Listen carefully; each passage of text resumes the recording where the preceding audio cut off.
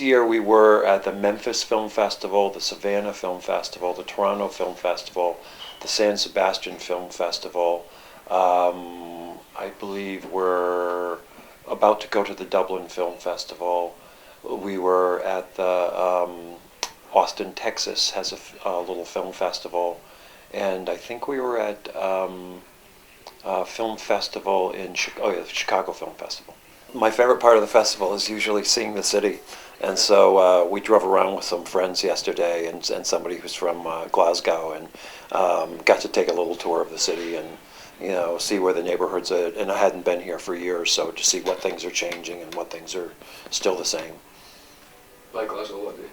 Yeah, I think it reminds me of I came from a kind of industrial city in upstate New York called Schenectady, and it reminds me of that. A very fairly mixed population, a lot of immigrants now, and a lot of old factory buildings, and some interesting architecture at the same time, and a very colorful history.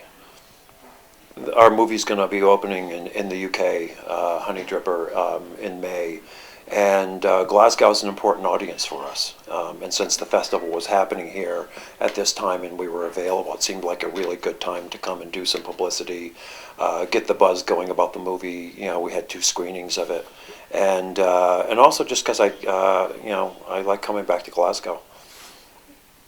We came from left field with our movies. We make them independently. We didn't have studios behind our early movies. In fact, we didn't even have distributors on our early movies. We just got them into film festivals and found distributors at those film festivals, got the distributors to see them, and then got them to pick them up and distribute the movies. And then I think the other important thing is that over the years, the festivals have helped build an audience for non-Hollywood films.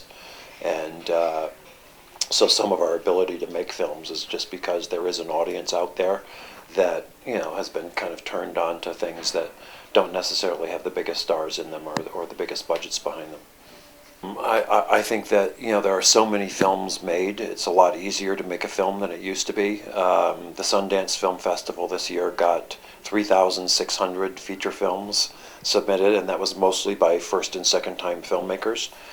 If you can get into that, you get a lot of attention. If you can get into any film festival, you get a lot more attention than if you're just sending your DVD around or handing it to people on the street. Yeah.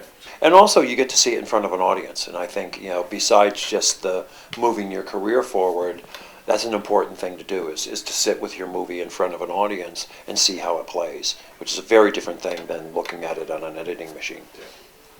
Yeah, I wrote a script for Steven Spielberg that he was going to produce, not direct, called Night Skies or Watch the Skies. It had a couple different titles during its existence. It's kind of the last page of that script became the first page of E.T.